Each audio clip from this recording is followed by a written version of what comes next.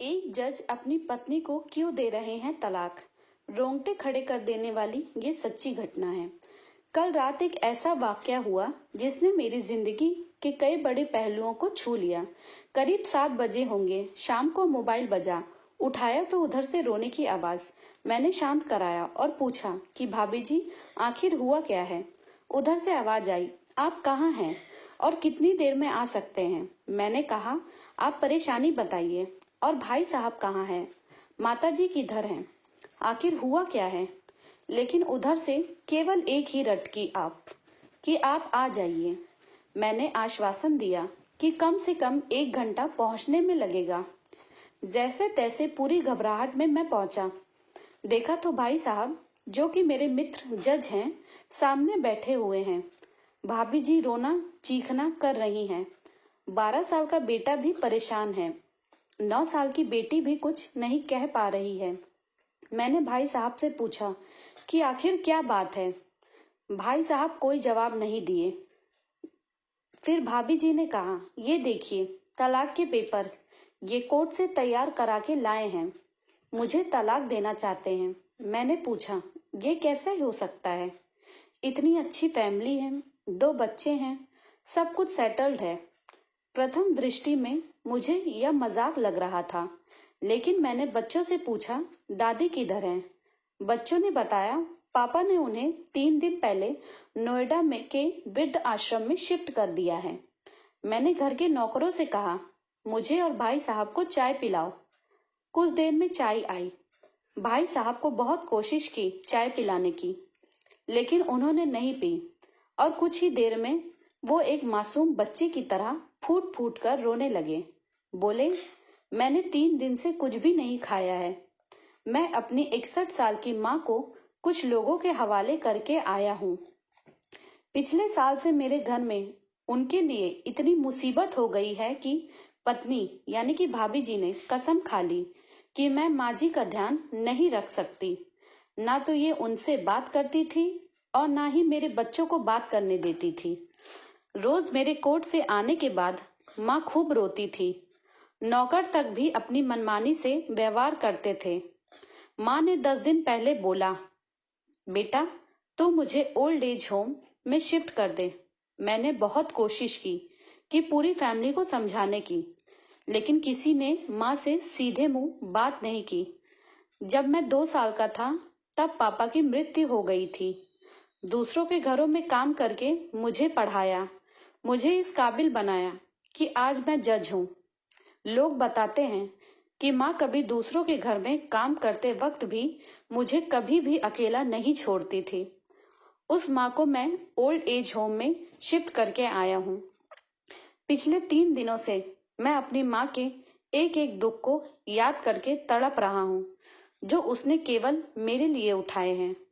मुझे आज भी याद है, जब मैं 10th की परीक्षा में अपीयर होने वाला था, माँ मेरे साथ रात रात भर बैठी रहती। एक बार माँ को बहुत फीवर हुआ। मैं तभी स्कूल से आया था। उसका शरीर गर्म था, तप रहा था।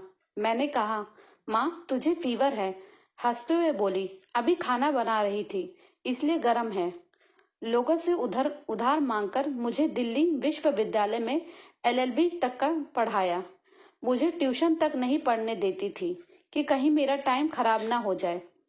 कहते कहते रोने लगे और बोले, जब ऐसी माँ के हम नहीं हो सके तो हम अपने बीबी और बच्चों के क्या होंगे। हम जिनके शरीर के टुकड़े हैं, आज हम उनको ऐसे लोगों के हवाले कर आए हैं जो उनकी आदत, उनकी बीमारी, उनके बारे में कुछ भी नहीं जानते।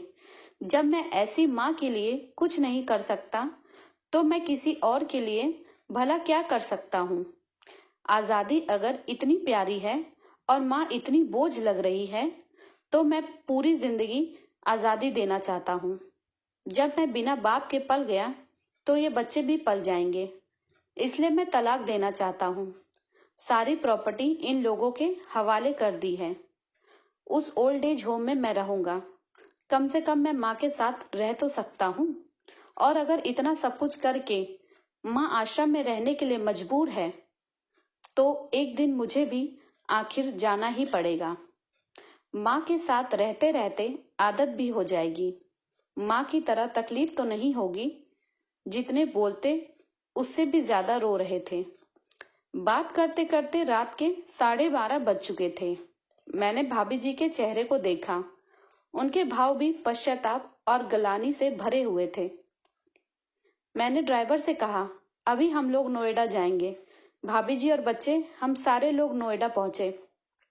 बहुत ज्यादा रिक्वेस्ट करने पर गेट खुला। भाई साहब ने उस गेट कीपर के पैर पकड़ लिए। बोले, मेरी माँ है, मैं उसको लेने आया हूँ। चौकीदार ने कहा, क्या करते हो साहब? भाई साहब ने कहा, मैं जज हूँ। उस चौकीदार ने कहा, जहाँ सारे सबूत सामने हैं, तब तो आप अपनी माँ के साथ न्याय नहीं कर पाए, औरों के साथ क्या न्याय करते होंगे साहब। इतना कहकर हम लोगों को वहीं रोककर वह अंदर चला गया। अंदर से एक महिला आई जो वार्डन थी। उसने बड़े कटार शब्द से कहा, 2 बजे रात को आप लोग ले जाके कहीं मार दें तो मैं अपने ईश्वर को क्या जवाब दूंगी। मैंने सिस्टर से कहा, आप विश्वास करिए, ये लोग बहुत बड़े पश्चाताप में जी रहे हैं। अंत में किसी तरह उनके कमरे में ले गई।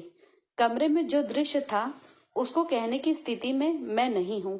केवल एक फोटो जिसमें पूरी फैमिली है, और वो भी माँ जी के बगल में, जैसे किसी बच्चे को सुला रखा है।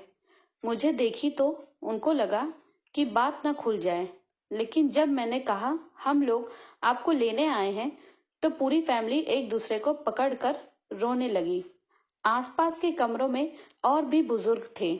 सब लोग जागकर बाहर तक ही आ गए। उनकी भी आंखें नम थी। कुछ समय के बाद चलने की तैयारी हुई। पूरे आश्रम के लोग बाहर तक आए।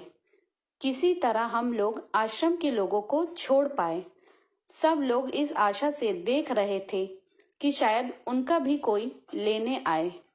रास्ते भर बच्चे और भाभी जी तो शांत रहे, लेकिन भाई साहब और माता जी एक दूसरे की भावनाओं को अपने पूरे रिश्ते पर बिठा रहे थे। घर आते आते करीब 3:45 हो गए। भाभी जी भी अपनी खुशी की चाबी कहाँ है ये समझ गई थी। मैं भी चल दिया, लेकिन रास्ते भर वो सारी बातें और दृश्य घूमते रहे।